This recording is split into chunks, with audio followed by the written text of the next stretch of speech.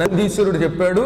శివపురాణంలో విద్యేశ్వర సంహితలో 21వ అధ్యాయంలో 39వ శ్లోకంలో కిం బహూక్తేన మనయః స్త్రీణామపి తథాన్యతః అధికారోస్తి సర్వేషాం శివలింగార్చనే ద్విజాః. ఎందుకు ఇన్ని మాటలు? ఆడ మగానే తేడా లేకుండా అందరూ ఇళ్లలో శివలింగాన్ని పెట్టి పూజించండి అనే అద్భుతమైనటువంటి వాక్కుని వ్యాసుడు అందించాడు. ఆ ప్రకారంగా హాయిగా అందరం యథాశక్తితో పూజించాలి.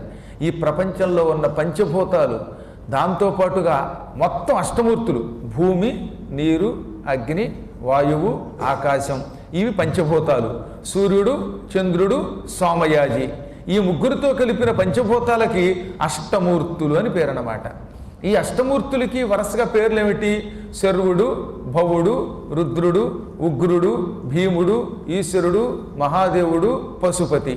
ఈ 8 నామాలతో ఉన్న అష్టమూర్తి ఈశ్వరుణ్ణి భావించకుండా, అర్చించకుండా మంచినీళ్లు తాగితే అది శివద్రోహం అవుతుంది.